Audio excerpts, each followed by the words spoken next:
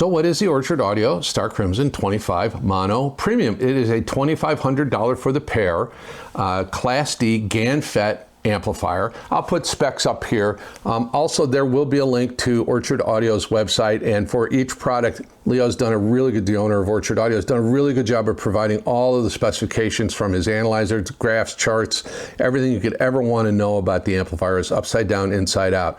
Now, you guys know I'm not a measurements person, so it doesn't have a lot of meaning to me, but I know it has some meaning to other folks. The thing that I find interesting about this is the circuit topology. We're going to take a look at the front, which there's not much there. We're going to take a look at the back, pretty basic, but we're going to open it up, and I think you'll find the inside kind of fascinating. I certainly did. So the units are fully balanced input to output. I think that's really nice. They only have a balanced XLR input. Extremely low noise and distortion. They're power rated, as you can see in the specs, 150 watts into 8 ohm, 200 watts into 4 ohms. It is a 2 ohm stable amplifier. I did run them with some very difficult to drive speakers like the Magnepans. No problem at all. Very well constructed. They're not much to look at. The idea behind them is just basic, simple, put the money where the rubber meets the road, and that's in the quality of the amplifier itself. So the difference between this amplifier and the previous model is, all right, let's talk about Class D amplifiers and GaN FET amplifiers specifically. We all know in a Class A amplifier, that amplifier runs full balls out all the time, and you attenuate the input signal. So the sine wave is always being produced. The amplifier is running full power all the time. A Class AB amplifier gives you the first couple of watts in Class A, but in Class B mode, the transistors, one transistor will handle the positive side of the waveform, the other transistor will handle the negative side of the waveform, and they will hand off at the 0 dB line. Now, there can be some noise from that, but usually it's at such a volume we'll never hear it. Class D amplifiers operate by switching at super high speeds. Now, one of, I think, Leo's big achievements on this particular amplifier is the previous model switched at 800 kilohertz, and that's really fast. This new model switches at 1.1 megahertz, which means that the switching is so fast that it is absolutely, completely impossible. There's no way it can be audible at all. And I think, and as I talk about my summary and my thoughts on this, I'll make that apparent. So I think that's a really cool thing, that it is a super high speed switching. You know, I'm an old school guy. I always liked Class A, Class AB amplifiers. It took the Cambridge Evo 150 to convince me that Class D amplifiers are worth listening to. And this goes toward that as well. So let's do this. Let's put it on the bench. I'll show you the front panel, what there is to show. I'll show you the back panel, but we're going to open it up, look inside, and I think you'll find it really interesting. So let's do that next. Well, here we are looking at the front panel of the Orchard Audio Starkrimson 25. Not much to see there. There is on the top of the unit, I don't know if it'll show up on the camera, there is a logo there, but other than that, there's nothing. Now, there is a red LED inside that indicates the power's on. Leo, the owner of Orchard Audio, suggests just leaving the power amp on all the time, as it doesn't really draw very much power. And when we look inside, I'll show you the power supply and some of the other stuff. So here's the back panel. Obviously, really, really high quality binding post, really nice. Nitric XLR connector, IEC power socket, and master power switch. One word of warning: if you're gonna use a large oversized AC power cord, be careful that it doesn't interfere with the operation of the switch. I had that issue with some of my power cables, but anyway, that's that. So let's do this. Let's open it up, look inside, and we'll go from there. Well, here we are looking at the inside of the Orchard Audio Starkrimson 25 Mono Premium amplifier, and this is a fascinating thing to me. Now, I'm an old school guy, so I'm used to big heat sinks and giant power transistors and all kinds of other stuff, but this is a fascinating thing. And Leo designed all of this himself, and it's his proprietary product. This board is the entire amplifier. This is just a power supply. This is the entire board. Now I'm going to try and zoom in and show you those gallium nitrate transistors. They're under these little gold heat sinks. I don't know if you can see them, but there are actually 3 on this side of the board. On the on the underside, there are a couple of more heat sinks in the same positions to obviously dissipate the heat from those transistors. But because they switch so fast, they're super power efficient. They don't create a lot of heat, obviously. And it's just amazing how well it works. Now, this is the outboard power supply. This is a third-party power supply. Leo doesn't build this himself. This is an XP Power GCS 350 PS56, and it is a 56 volt, 6.25 amp amp, open frame power supply, and it's certified for medical use and all kinds of other things. So it is a super high quality unit itself. Anyway, that's the fascinating, I think, absolutely fascinating look at I guess the future of amplification. I guess we could call it that. These things are really remarkable. Anyway, let's do this. Let me button it up. Let me go back in the studio. I'll tell you how I tested it, some of the music I used, and I'll give you my final thoughts. Well, to test these, I threw a lot of really good equipment at it. So from a speaker standpoint, I used the Magnepan LRS Plus, and they had no trouble driving those. I used the Big Wharfdales, they had no trouble driving those. I used the Opera Callis, it had no trouble with those. I used the Vienna Acoustics Bach Ultimate, it had no trouble with those. I used it with the Jamie Audio Infinity i602 stand mount speakers, had no trouble with those. These are very powerful amplifiers. However, it became very apparent to me you have to be careful about what you pick as your front end. So I did use some digital front ends, streamer DACs like the Shanling SM1.3, and used it as a preamp. I also used the Alpha Audio MX5S as a streamer DAC preamp as well. I also used the Cambridge Audio MXN10 as a streamer preamp. It does have a preamp. Now, what I found is those units that have a digital volume control tend to compress the sound and just make it sound very flat. I'm not a fan of digital volume controls. I'd much rather have a stepped resistor or a pot. Now, the Alpha Audio has a pot volume control, and it sounded okay. I think, and I also used the big TAC, and I'll put the model number down here. I'm looking at it, but I can't remember the model number. That is a $5,000 digital front end. It's a streamer Roon endpoint, a DLNA unit, has TAC's own design Delta Sigma DAC circuitry inside, and it does have a regular stepped resistor volume control. And of the solid state front ends, that one was probably the best. Now, DAC-wise, real simple. I used the Live Harmony. I used the Pegasus 2 from Musician. I did use the DAC just as a DAC in the Shanling SM1.3 to get that real high-end AKM sound out of it. But what I really discovered was, and I have two of them, or had two of them here, is these amps do much better with a tube front end. So I used the Rogue RP5. You may have seen that video already. I don't know. Again, I filmed these out of sequence and released them out of sequence.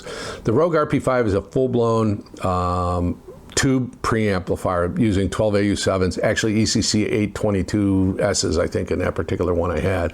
Then I also used the Black Ice F360, which is the Jim Fosgate design, and that uses 6SN7 tube. And these shined with those tube front ends. I also had really good success, although it wouldn't be a common pairing. I had really good success using the Advanced Paris A12 Classic as a preamp. Remember, it's a full Class A preamplifier with balanced preamp outputs and a tube buffer, and that worked well as also. So I think the key with these is you got to put them with a good tube. Now, Class D amplifiers in general, and as I will mention when I wrap all three of these reviews up, tend to be very clean sounding, and it can be strident. And I think the tube brings some warmth and life to them that they normally don't have. And I'll go into deeper dive on that in my summary. But let's first talk about the music I used. Well, for this review, I used a playlist called Jazz with a Side of Funk and a Pinch of Fusion for rock fans. And the first track I'm going to talk about is Miles Davis' Perfect Way. Now, this is off the album 2-2 from 1986, and this was an absolute landmark album in that it was the first album since his Blue Note days in the mid-50s that was not a Columbia release. This was Warner Brothers. This was his first album with Warner Brothers. And it was produced by a gentleman named Marcus Miller. Now, the song Perfect Way is actually a cover of a 1985 kind of synth pop song by the British duo Scritti Politti. And it's really interesting. The song is kind of transformed into a real sleek, stylized piece of jazz funk fusion rather than kind of that 80s pop synth rock kind of sound. The original is a little bright, a little quirky, but Miles takes this and just strips it down, giving it a much more moodier, more spacious kind of feel. You know, Miles has this tendency to, kind of throw some notes out there or an arpeggio out there and just let it hang, and he doesn't necessarily follow it up right away. He lets the listener kind of chew on it for a little bit, and then he'll come in with another line or another series of notes or another thought, another theme, that kind of thing. So the melody is carried down. This is mostly his muted trumpet. He puts that, Harmon mute in there, and it just kind of floats over this layer, or this kind of foundation of synth textures and really kind of tightly programmed rhythms. It's really a great song. The album itself is really good. The song Tutu is amazing. So musically, perfect way. I think Miles at this point on You're Under Arrest, he had done a couple of covers from, he did a Cyndi Lauper song and he did a Michael Jackson song, and he kind of took some of these pop songs and really kind of changed them into more of a jazz fusion funk. He was moving away from traditional jazz, and he took a lot of heat for that stuff, but I think this is his way of taking a really good hook, and the song's got a good hook, and just kind of molding it and changing it and making it very much his own, really kind of putting it through his own filter, through his own blender, as you will. It's really emblematic of the whole Tutu era, because the next album, Amidala, was really good. And it's a reflection where Miles was restlessly creative in his later years. He never wanted to play the old stuff. He said, I've already done that. I'm moving on. I want to do what's next. And this is one of those. And this album is a whole bunch of that. I want to do one next. When Tutu first came out, and when this album Tutu first came out, it took a ton of heat from the critics. It was, it's not Miles, it's not Kinda Blue, all that nonsense. And Miles couldn't have cared less. It just, he was doing his own thing. He was moving on. He wanted to explore new frontiers in jazz and funk and rock and everything else. He just wanted to experiment more and stretch his boundaries. And I think now, after a bunch of years have passed, it's been reappraised, the album, and as a visionary, had a very particular influence on the evolution of modern jazz and R&B production. It just is a really, really interesting track, but a really interesting album, and I encourage you to give it a listen. Well, the next track I used is this track from Till Brunner. It's Eleanor Rigby. Yes, it's a Beatles cover. This is off of I forget the name of the album now. I'll put it down here. I don't remember it off the top of my head. It's his reinterpretation of Eleanor Rigby, and it's reimagined as a jazz kind of, very atmospheric. Till has this very atmospheric trumpet sound to him, and it's, he really has kind of this talent for blending, melancholy lyricism and sophisticated kind of modern jazz production and themes. He approaches this track with a very restrained, kind of moody sort of feeling to it, instead of mimicking the original's kind of stark string arrangements in Eleanor Rigby. And it's kind of urgent pacing because it was kind of moving forward. He slows it down a bunch, and he uses I think it's a flugelhorn in this particular recording to carry this very haunting melody. His tone is very warm and very velvety. He's known for that. Very smooth, very introspective. It highlights the song's themes of isolation, kind of existential sorrow, but puts it through a jazz filter, a jazz lens. There's very subtle grooves, gentle keyboard textures, a very tasteful rhythm section, give it a really contemporary, almost cinematic feel. Kind of somewhere between smooth jazz and kind of almost ambient noir. It's really interesting. It's a good example of how Till Brunner bridges jazz tradition and pop sensibilities. He is one of the most highly lauded German jazz trumpeters. I mean, he is just amazing. And I've used him in some other stuff when he did some collaboration with the Swiss group Yellow.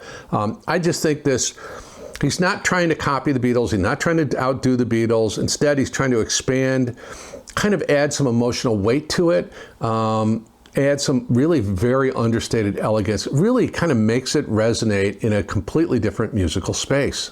It's a really, really interesting recording. You got to give it a listen. Well, the last track I used is from Wayne Shorter, called off his album Speak No Evil. It's the title track, Speak No Evil. Now, this is a 1966 album. Now, Wayne Shorter is very well known, obviously, as a solo musician, but he was part of Miles Davis's group through In a Silent Way, Big Fun, I think Bitches Brew, you know, that period with John McLaughlin and Herbie Hancock and Joe Zwannell and all those guys. So really excellent saxophone player. Could play straight up jazz, could play fusion, could play anything you wanted him to. And Speak No Evil comes, this album is a cornerstone of modern jazz. It is both compositionally and atmospherically. It was released on Blue Note Records. It was recorded in December of '64, but wasn't released until 1966. And it features an all-star quintet. So you've got Shorter on tenor sax, you've got Freddie Hubbard on trumpet, you got Herbie Hancock on piano, you got the legendary Ron Carter on bass, and Elvin Jones on drums. So you want to talk about putting together a good group for jazz. Wow. Wow. So the tune, Speak No Evil, is kind of emblematic of Shorter's writing style in the mid-'60s. It's harmonically very adventurous. It's rhythmically, I think, very subtle. And kind of, the interesting is very emotionally ambiguous. You're really not sure what it is. So it kind of blends this, you know, the post-bop sophistication and a bit of a sense of mystery and restraint. The melody is winding and a bit elusive. You can track it, you can follow it through its various iterations of the musicians, but it's delivered with Shorter's kind of soft edge but probing tone. He had a really interesting tone on the sax. The harmony shifts in unexpected ways, creating a very haunting and kind of dreamlike atmosphere. Elvin Jones drumming on this is just absolutely outstanding. Carter's bass is amazing. Those two guys, the drums and the bass, give it this kind of propulsive forward movement, this foundation. And unlike some of his more aggressive contemporaries, think of John Coltrane in A Love Supreme, Shorter often explored more introspective kind of moods and layered complexities. Speak No Evil is a prime example of that. It doesn't explode with energy. Instead, it kind of unfolds slowly. It kind of draws you into a kind of a more immersive sonic space. It showcases Shorter's role in shaping the changing language of jazz in the 1960s. This was a very influential piece. It kind of not only highlights his talents as a soloist, but also a composer of really kind of very original, very deeply original, durable kind of modern standards in jazz. It is an absolutely fascinating album and well worth a listen. So why don't I tell you about what I thought of these things now? So what did I think of the Starkrimson 25 monos?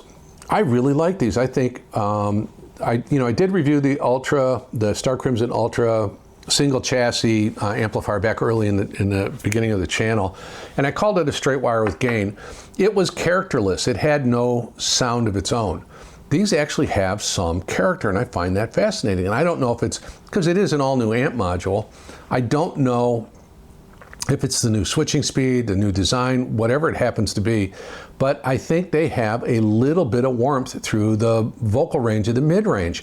When I tried them, and I've fed them, from front end, from some solid state front ends, streamer DACs with volume controls, the Shanling, the Cambridge Audio, and the Big TX. The Big TX was the best of the bunch. They were very neutral and very cool, but still had a little bit of something in the mid-range. They were too cool, and they ride the cool side of neutral anyway, probably a couple of 3 notches up from cool, just on their own. And with the TX, it was still very cool and very, very detailed, but there still was just this sense of something going on in the mid-range. Now, when I paired them up with the tube gear, the Rogue Audio or the Black Ice F360, that mid-range just blossomed. It became very full sounding and very, that kind of typical tube lushness and warmth and just beautiful. These things do an amazing job with bass response. Class D amplifiers do that in general, but these just do an amazing job. Really high damping factor, makes a big difference. They had no trouble driving the Maggies. They had no trouble driving anything. But with the tube front end, it really sounded good. Now, I think the synergies on this is going to be very important. Whatever you plug into these is what you're going to get out of them. but with just a little added something in the mid-range there. So if you plug in a really harsh sounding preamp, you're going to get a harsh sound out of it. If you plug in a harsh sounding DAC, you're going to get a harsh sound out of it. You're going to have to be very careful how you pair these, and I heartily recommend you look. Listen, if you like hyper detail, first of all, I wouldn't put these in a necessarily a solid state preamp with a pair of focals or B&Ws or something that's bright like that. But if you're running like the Magnepans, it was great. The tubes and the Magnepans and this, whoa, what a combination that was. I highly recommend that. So take some time and think about the synergy of what you're plugging into this to get the sound that you want out of it. They will pass through what they're given. If it's a crappy front end, you're gonna get crappy sound. If it's a really beautiful front end, I think you'll get a beautiful beautiful sound. Now, it needs to be said, no, you can't get two SMSL PAX amplifiers, bridge and mono, and have them perform like this. It's not even in the same breath. They're not even in the same category. You can't compare that to this. I'm sorry, you just can't. I think it's to the point now where amplifiers are, whether it's a Class A, Class AB, Class D, it's getting to the point where it doesn't matter. It's just an amplifier. They're all getting to sound really good. The current crop of good premium Class D amplifiers, whether it's GaNFET or a Purify Modular, a Hypex Encore, whatever, are getting to the point now where they are absolutely credible. And you got an old school guy like me who was, you know, solid state, Class A, Class AB, that's all I wanted to hear, yada, yada. These things are starting to turn me around. I'm starting to really appreciate the performance they give and the sound quality that they can produce. But again, you've got to be sensitive about the front end.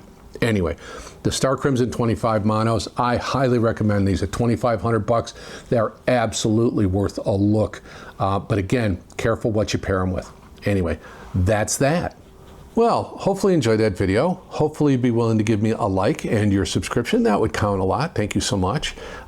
There will be a link to the Orchard Audio website for those folks who want to delve into the measurements. There's tons of them there, and graphs and charts and all kinds of other stuff.